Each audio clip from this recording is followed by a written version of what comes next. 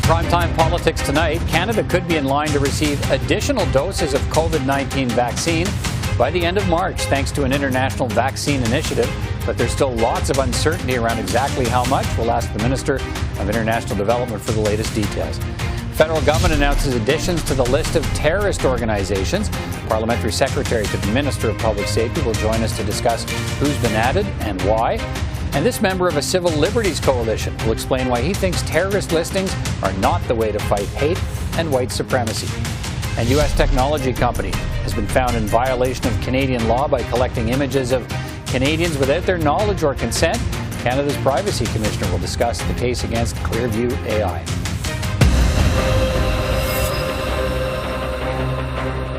But we begin tonight with ongoing questions about Canada's supply of COVID-19 vaccines. Canada could be getting an additional supply of vaccines before the end of March. The World Health Organization says Canada could get almost 300,000 doses of AstraZeneca vaccine through the international vaccine pool known as COVAX. The federal government says it's been told the number could be as high as 1.1 million doses by the end of March. But any shipments depend on AstraZeneca getting approval for its vaccine here in Canada. That could happen sometime in the next few weeks. Canada, we learned today, the only G7 country so far to draw out vaccines from that international fund intended to help developing countries. More on that in a moment. In the daily question period today, more questions for the government and the Prime Minister on the vaccine supply. Canada's vaccination rate is the lowest in the G7. The Globe and Mail pointed out this morning that Canada will need to vaccinate 300,000 people per day, or 2.1 million people per week, to meet the September deadline the Prime Minister keeps promising. So far, only 124,000 Canadians have been completely vaccinated. Where is the Prime Minister's plan to vaccinate 2.1 million Canadians per day? Right Honourable Prime Minister. Mr. Speaker, we have had a strong plan on procuring vaccines since last spring. We signed more deals with more potential vaccine manufacturers for more doses per capita than any other country, and that is paying off. We're getting shipments of vaccines into Canada. We're delivering them across the provinces and territories who are getting them into arms, and we continue to be on track to receiving the 6 million doses promised by the end of March, 20 million doses in the spring, and we will have all Canadians vaccinated by September if they want one. Karina Gould is Canada's Minister of International Development. She's been directing Canada's contributions and participation in COVAX, the International Vaccine Alliance. Minister Gould, it's good to see you again. Thanks for taking time to speak with me. Oh, it's great to be here, Peter. Look, Canada's already ordered some 20 million doses of the AstraZeneca vaccine. We have sort of different numbers floating around today from the World Health Organization and COVAX from your government about exactly how many doses Canada could receive from the COVAX facility in March and through June. What numbers have you been told that Canada will receive?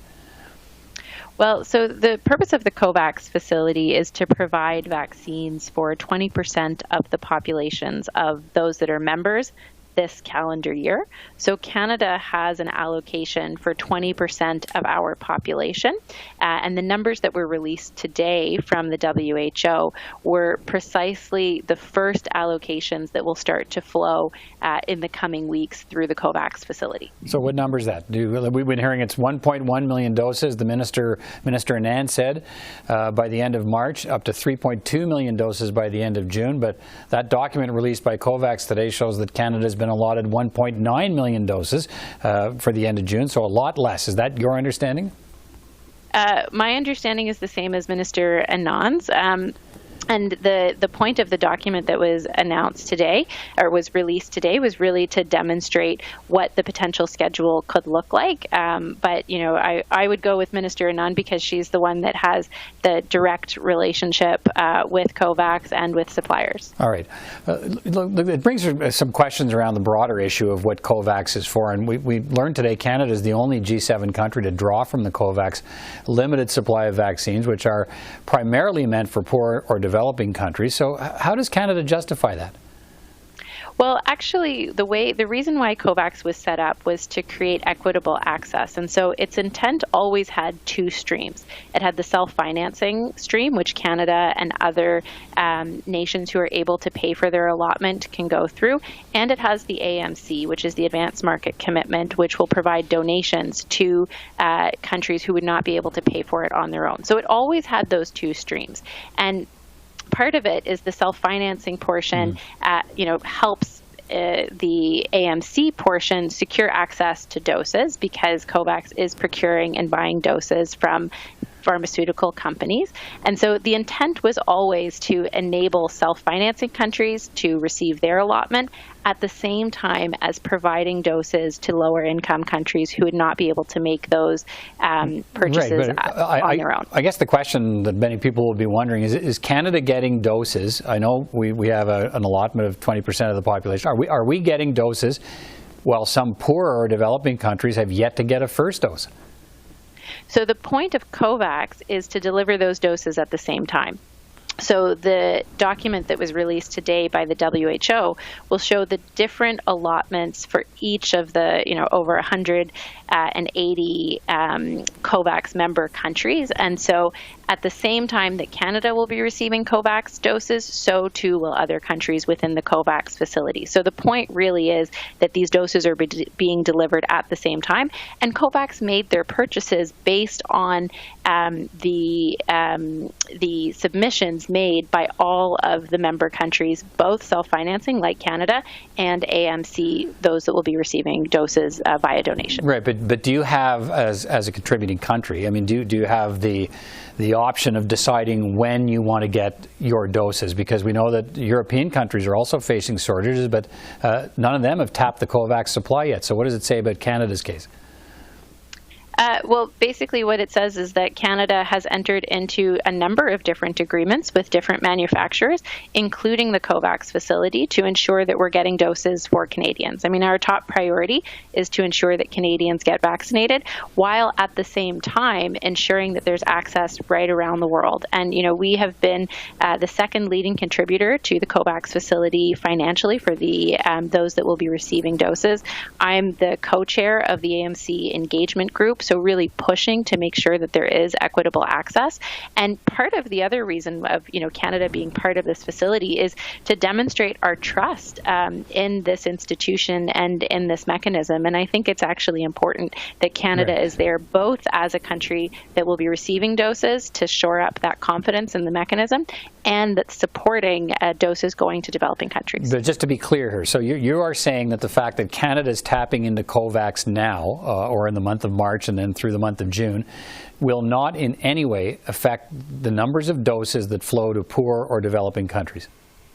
That is correct, because COVAX made their purchases and allocation decisions based on all of the countries that had expressed an interest in receiving doses. Could you defer Canada's doses to help those countries that have yet to get theirs? That is absolutely a possibility, but I think Canada has been very clear that we will do our part to make sure Canadians get access to a vaccine while at the same time working to support others. And so if we get to a point where, we are not in need of vaccines here in Canada, that is very much an option that could be exercised. Some would look at this, I think, and say that your government is perhaps so worried about its vaccine supply that it's had to dip into COVAX now to make sure that Canadians do get vaccinated as soon as possible. Is the COVAX supply that urgently needed in Canada?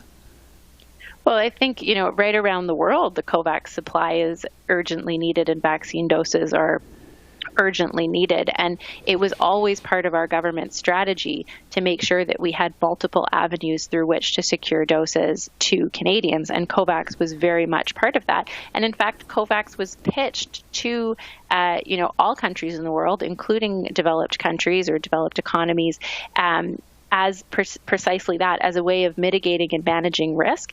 And I think it was a prudent decision on behalf of the government, back in the summer to make many different agreements to ensure that Canadians would receive a vaccine. We knew that this was going to be a very competitive environment. We knew that there could potentially be supply issues. And so making sure that Canadians had access to a vaccine was always part of the plan.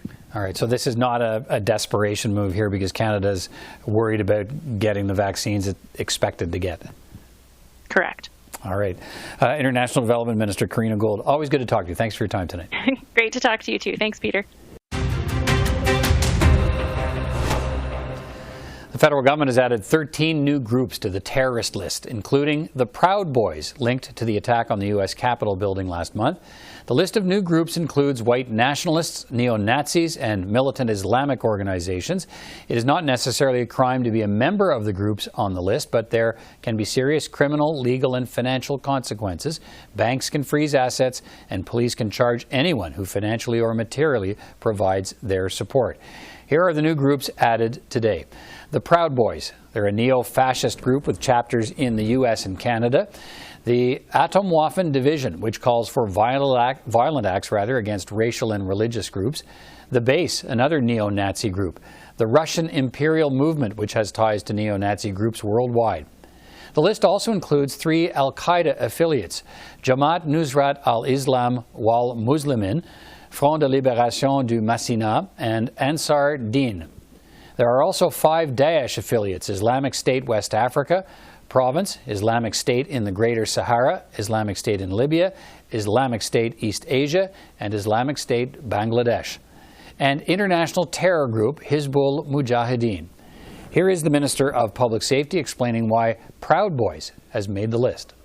There is a threshold beyond which it's no longer about speech, it's about violence, and it's about extremism, and it's about terror. And in my opinion, based on the totality of evidence that our national security intelligence organizations and law enforcement have gathered, also we have obtained from our international Five Eyes partners, particularly from the United States, I think it provides us with an overwhelming preponderance of evidence that the activities of that organization now meets the threshold of a terrorist entity. Joel Lightbound is the Parliamentary Secretary to the Minister of Public Safety. He joins me now. Mr. Lightbound, good to see you again. Thanks for being here. Good to be with you. Let's start with the why here. Why have you added these 13 groups to the list? What is it about their activities or their intentions or pronouncement that earns them a spot on the terror list? Well, it's a process that with our national security agencies is always ongoing, where we examine different groups operating in Canada or having members in Canada or operating across the world that we surveil, and our security agencies assess their actions, and based on their assessment and the evidence and the intelligence that they gather, periodically we will be adding different groups to the terrorist list. Different entities will be added. So that happens year after year, and at this point we're adding 13 new entities, as you've mentioned, based on the intelligence and the evidence that our security agencies have been able to gather over the course of the last months and years. Tell me more about the consequences of being named to this list. And I mean, how does it restrict an organization's ability to function? And what does it mean for people who may be members of these organizations? Well, there are many consequences for an entity when it is listed on this group. The first one is financially. It requires of banks to freeze the assets of the groups. And it also gives more powers to our law enforcement to either to lay charges, terrorism link charges, or to counter the activities of the group when it comes to recruitment, when it comes to what they're posting and doing. So it gives essentially more powers to law enforcement and also to our prosecutors to lay charges. We've heard a lot about the Proud Boys. That group has been around for a while, named to the list today. And they've been in the headlines recently. Why have the government decided to add them today? Is there something that Canadian security forces have seen or heard that presents an imminent threat to this country? Well, I can't go into the details of what's prepared because it's related to national security. So what's prepared by our intelligence agencies. But as I've mentioned, it's an ongoing process, and at this point, with regards to the Proud Boys, it's a group that has been under the radar, or on the radar, I should say. Sorry for my English. It's been a while since I last. Your English is fine. It's a little rusty, but it's been on the radar of our agencies for months and years. And I think what we've seen in the last couple of weeks has revealed more of the group to intelligence agencies that's working with our Five Eye partners.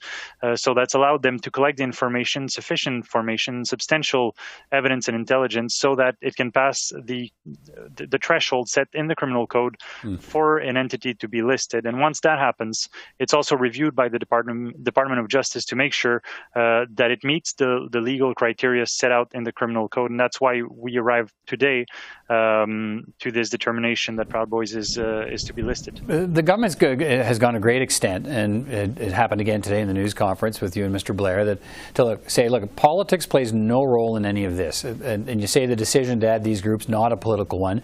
But let's talk about the Proud Boys. The House of Commons just last week passed a motion unanimously passed to add the Proud Boys to the terror list. And today, you did. NDP leader Jagmeet Singh's, he's claiming credit for that. He's thanking Canadians who pressured the government to take action against the Proud Boys. But you're saying there's no connection there, no politics. It's just mere coincidence, the timing of Proud Boys being named to the list.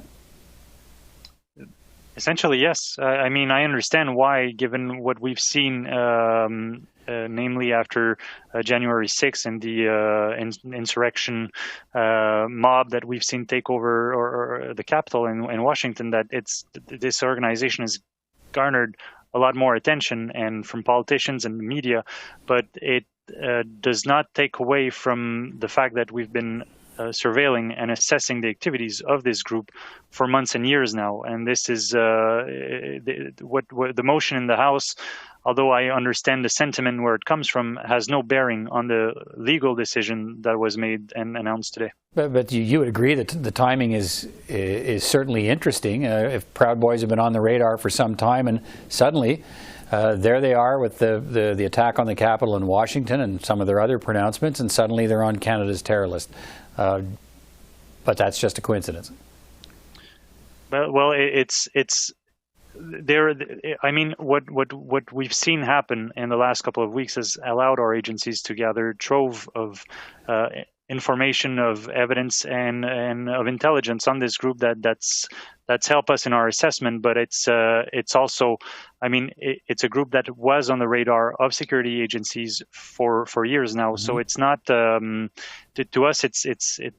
It's never, and it should not be a political decision. It's always got to be a legal decision based on the evidence that our security agencies garner and provide to us, and then based on the legal assessment whether it passes the threshold in the criminal code. And that's what has guided us today for the Proud Boys, but also for the 12 other organizations that are listed today. Okay. And that's how it should be. And I would also say that to us, due process is important. It's important that we protect Canadians on the one hand, but that we also protect the rights of Canadians.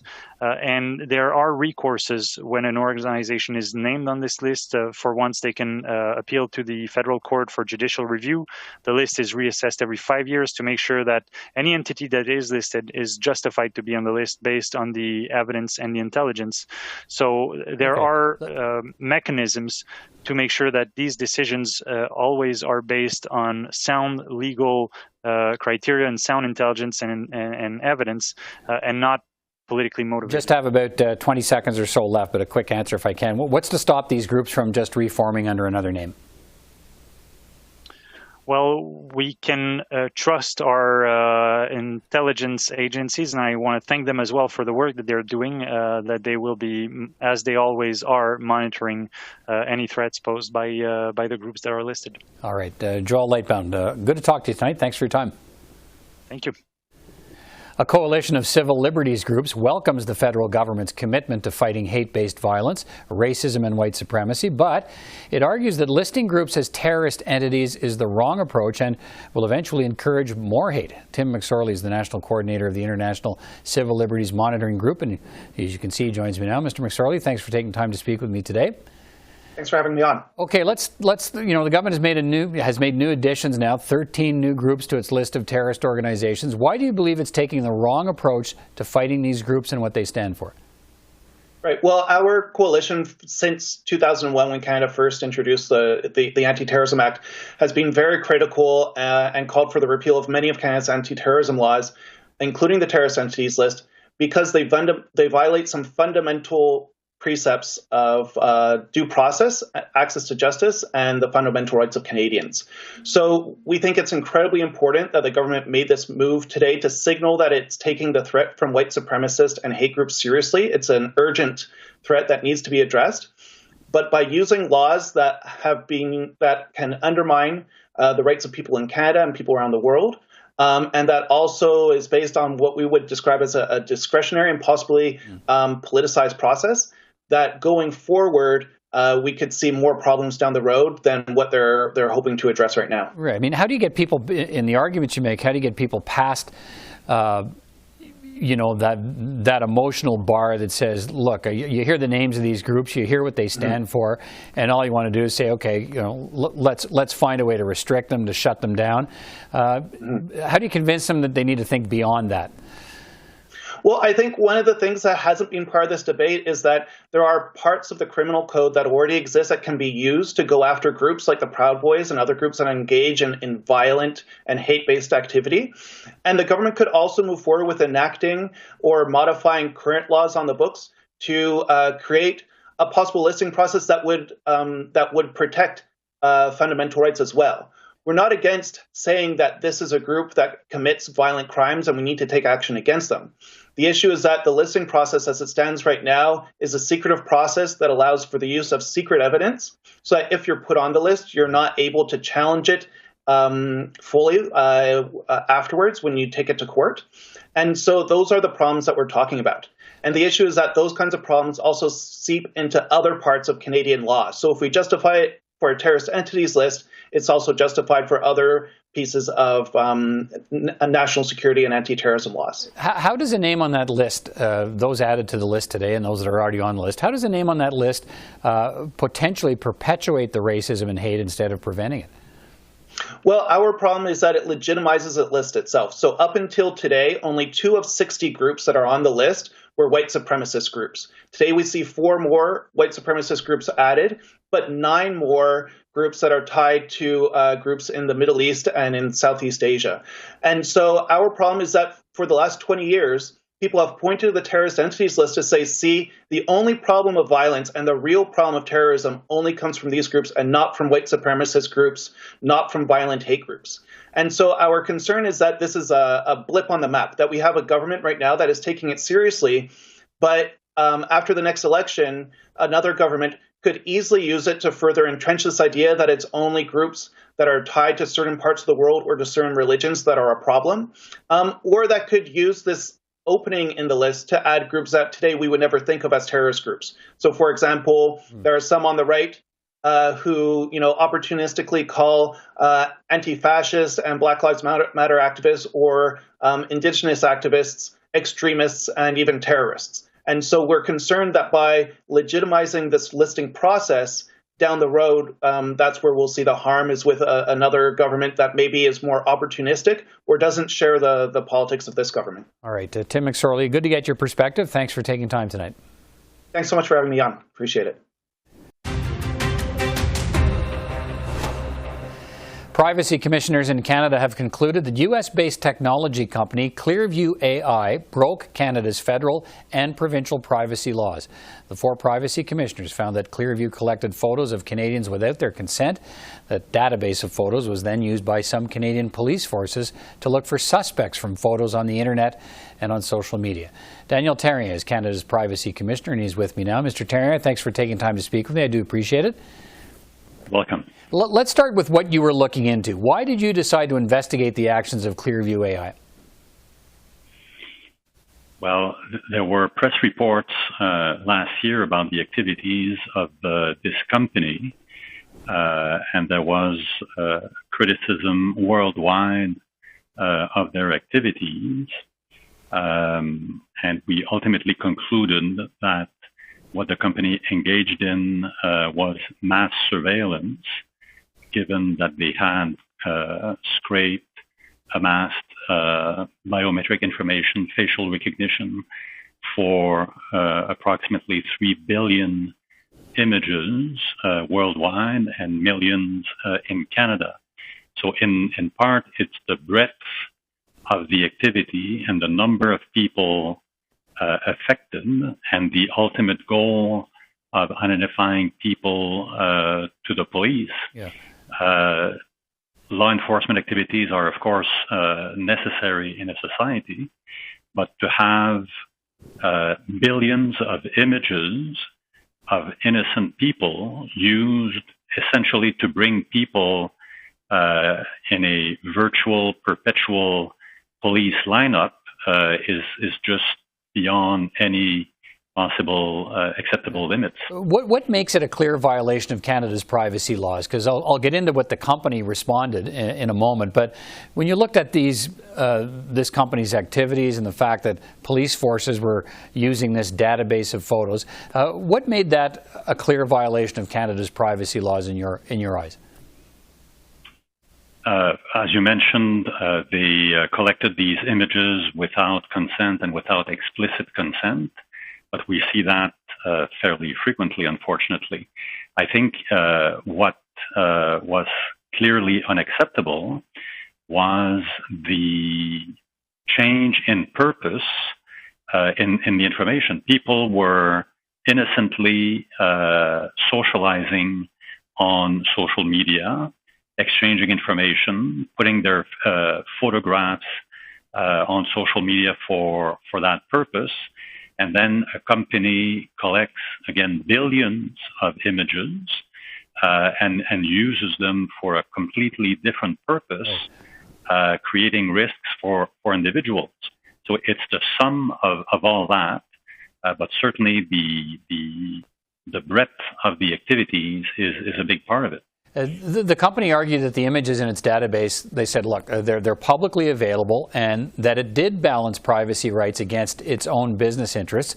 It also said that, the privacy laws in Canada really didn't apply to it because it wasn't really materially connected to Canada. Why did you reject those arguments?